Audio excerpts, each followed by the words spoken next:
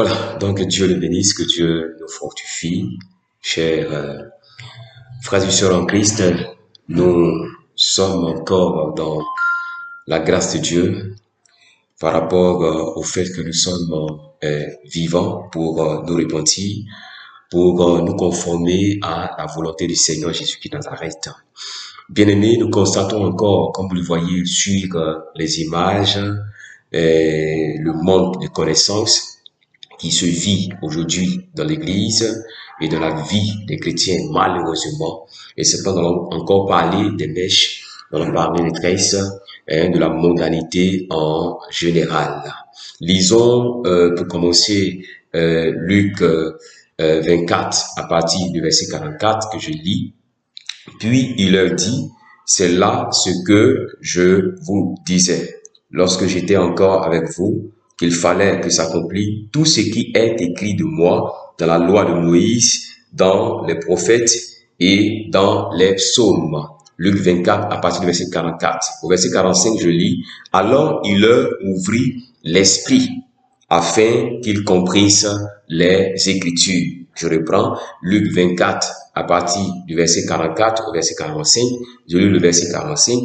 Alors Jésus-Christ leur ouvrit l'esprit afin qu'ils comprissent les Écritures.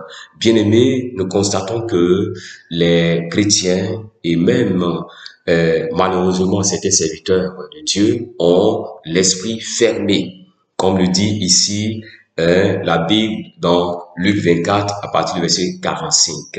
Quand nous avons l'esprit fermé, c'est difficile pour nous de comprendre la volonté du Seigneur Jésus-Christ de Nazareth. Et aujourd'hui, nous constatons qu'il y a beaucoup de péchés pratiqués. La mondanité, surtout, est pratiquée dans l'Église aujourd'hui. Et c'est pourquoi vous voyez les images qui défilent et nous constatons encore dans l'Église le port des mèches. Nous constatons que les chrétiens d'aujourd'hui continuent à s'habiller comme les païens, comme les gens du monde, malheureusement. Que font les serviteurs de Dieu? Que font véritablement tous ceux-là même que Dieu a appelés pour enseigner son peuple? Qu'est-ce qu'ils font? Et c'est pourquoi il est important d'avoir l'esprit ouvert, comme le dit Luc 24 à partir du verset 44. Quand notre esprit est fermé, bien-aimé, on peut faire la vie chrétienne en vivant comme le païen ou comme la païenne. Quand notre esprit est fermé, nous pouvons nous habiller comme les gens du monde. Quand notre esprit est fermé, nous pouvons, bien-aimés, boire comme les gens du monde, les boissons alcoolisées. Alléluia. Quand notre esprit est fermé, nous pouvons, bien-aimés, vivre dans l'homosexualité, dans l'idolâtrie, dans l'impudicité. Quand notre esprit est fermé, nous pouvons, bien-aimés, faire beaucoup de choses abominables. Et c'est pourquoi nous allons parler en quelques minutes des mèches et des tresses. Prenons 1 Timothée 2, verset 9 à 10. 1 Timothée 2, verset 9 à 10. Prenez avec moi les passages. Voilà, prenez avec moi les passages. 1 Timothée 2, verset 9 à 10, que je lis. Je veux aussi que les femmes vêtues d'une manière décente, avec pudeur et modestie, ne soient pas ni de tresse. La Bible dit ni de tresse, ni d'or, ni de perles, ni d'habits somptueux. C'est clair ici. 1 Timothée 2, verset 9. Je veux aussi que les femmes vêtues d'une manière décente, avec pudeur et modestie, ne soient pas ni de tresse, ni d'or, ni de perles, ni d'habits somptueux. Et donc, ce verset parle de l'habillement de la femme. En général, la femme doit se couvrir le corps, elle doit s'habiller pour cacher sa nudité, et non s'habiller en pantalon, et non s'habiller en mini. Toutes ces choses sont des habillements païens. Et nous devons le comprendre si nous avons l'esprit ouvert par le Saint-Esprit de Dieu. Et donc, le même verset de 1 Timothée de verset 9 parle aussi des tresses. La Bible dit ni de tresses, c'est clair. Et donc, la femme en Jésus-Christ ne doit pas se tresser. Elle ne doit pas se mècher.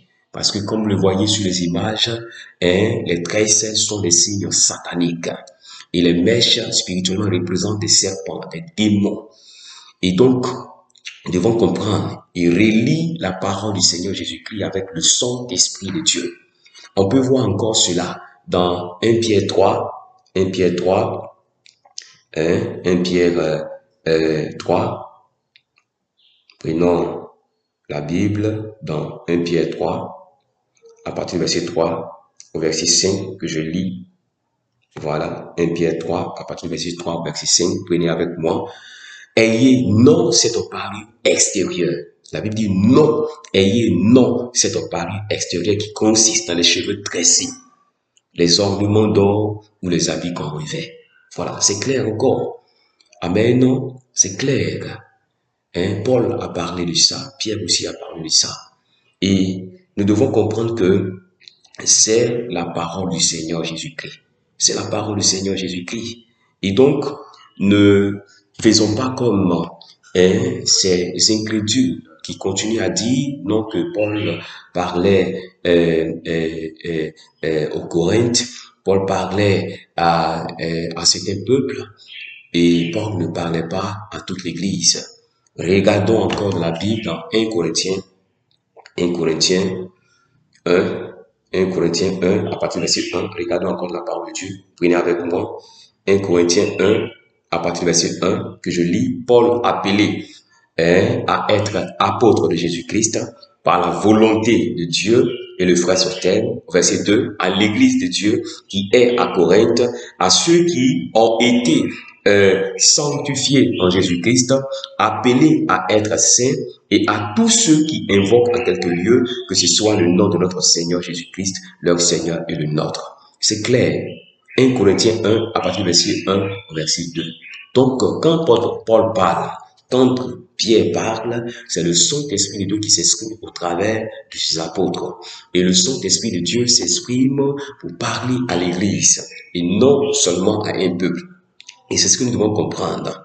Et donc, si nous voyons cela au travers des écrits de Paul, au travers des écrits de Pierre, cela veut dire que cela est de la volonté du Seigneur Jésus-Christ dans la règle pour la femme de ne pas se tresser, de ne pas porter des mèches. Alléluia. Et donc, comprenons cela avec le Saint-Esprit de Dieu. Luc 24, verset 45, il est clairement signifié que si nous avons l'esprit fermé, ce sera difficile pour nous de comprendre la parole du Seigneur Jésus-Christ. Parce que la Bible, on la lit avec le Saint-Esprit de Dieu et non avec l'intelligence humaine. Et c'est ce que nous devons comprendre. La Bible, on la lit avec le Saint-Esprit de Dieu et non avec la compréhension théologique, mais c'est avec le Saint-Esprit de Dieu. Et c'est pourquoi ici, le Seigneur a été clair. Il a ouvert l'esprit des apôtres afin qu'ils comprennent les Écritures. Et donc, on peut être pasteur et avoir l'esprit fermé. On peut être apôtre, on peut être prophète ou serviteur de Dieu. On peut être bishop et avoir l'esprit fermé. Et c'est pourquoi, dans l'humilité, nous devons demander au Seigneur Jésus-Christ d'ouvrir notre esprit afin que nous comprenions les Écritures. Prenons Romains 9, le verset 20. Romains 9, verset 20. Romains 9, le verset 20 que je lis. Romains 9, le verset 20 que je lis. Voilà. La Bible dit, ô homme, toi plutôt, qui es-tu pour contester avec Dieu?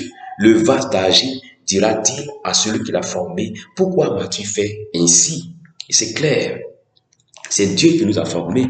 C'est Dieu qui nous a créés. C'est pas à nous de dire à Dieu, pourquoi est-ce que tu m'as fait ainsi? Et aujourd'hui, il y a des femmes qui ont changé la couleur de leur peau. Voilà. C'est une réalité. Alléluia. Et donc, comprenons cela, que le Seigneur veut une église niride sans tache, une église sanctifiée. Et la sanctification, pour ne pas dire la vie chrétienne, n'est pas faite au niveau seulement du cœur. Quand nous prenons 1 Thessaloniciens 5, le verset 23 que je lis, 1 Thessaloniciens 5, le verset 23 que je lis, la Bible dit que le Dieu de paix vous sanctifie lui-même tout entier et que tout votre être, l'esprit, l'âme et le corps soient conservés irrépréhensibles lors de l'avènement de notre Seigneur Jésus-Christ. Je reprends. 1 Thessaloniciens 5, le verset 23, que le Dieu de paix vous sanctifie lui-même, tout entier, voilà, tout entier. Que le Dieu Jésus-Christ Nazareth nous sanctifie tout entier, corps, âme et esprit. Je continue, et que tout votre être, l'esprit, l'âme et le corps soient conservés parfaits, irrépréhensibles, parfaits. Irrépréhensible veut dire parfait, lors de l'avènement de notre Seigneur Jésus-Christ Nazareth.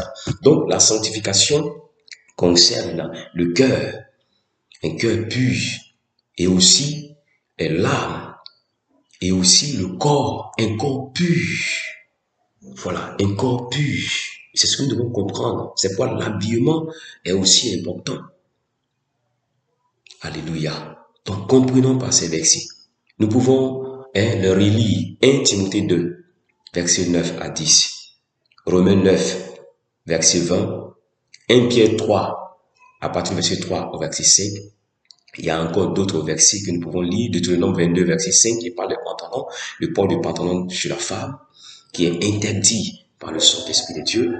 La modalité en général est interdite. Et donc, comprenons la volonté du Seigneur Jésus-Christ par le Saint-Esprit de Dieu avant qu'il ne soit trop tard. Bien-aimés, laissons les titres et révélons la parole du Seigneur Jésus-Christ dans Nazareth. Laissons les titres, laissons les dénominations et revenons à la parole du Seigneur Jésus-Christ Nazareth.